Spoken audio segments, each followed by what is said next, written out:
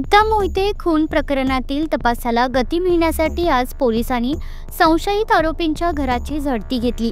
ही झडती उपाधीक्षक प्रनिल गिल्डा यांच्या मार्गदर्शनाखाली शहर पोलीस निरीक्षक अरुण सुगावकर यांनी शासकीय पंचांच्या उपस्थितीत पूर्ण केली।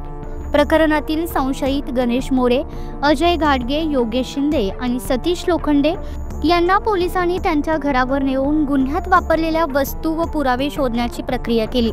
झडती दरम्यान परिसरात काही काळ तणावपूर्ण वातावरण निर्माण झाले असून संशयितांना पाहण्यासाठी मोठ्या संख्येने नागरिकांची गर्दी झाली होती।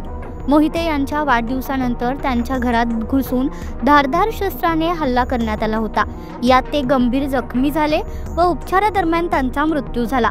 या प्रकरणातील मुख्य आरोपी शाहरुख शेख हल्ल्यात जखमी झाला होता आणि उपचारादरम्यान त्याचा देखील मृत्यू झाला।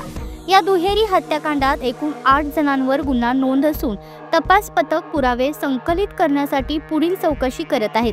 आज झालेल्या झडतीमुळे तपासाला वेग येईल अशी माहिती पोलिसांकडून देण्यात आली आहे। सांगली शहर पोलीस स्टेशनकडील गुन्हा रजिस्टर नंबर 592/25 103-1 109-1 व इतर या गुन्ह्यातील आरोपी नामे गणेश मोरे, योगेश उर्फ अभिजित शिंदे, सतीश लोखंडे यांची आज तपासी अधिकारी उपविभागीय पोलीस अधिकारी गिल्डा सर यांच्या मार्गदर्शनाखाली घरझडती पंचनामा करण्यात आला व गुन्ह्याचा पुढील तपास चालू आहे। धन्यवाद।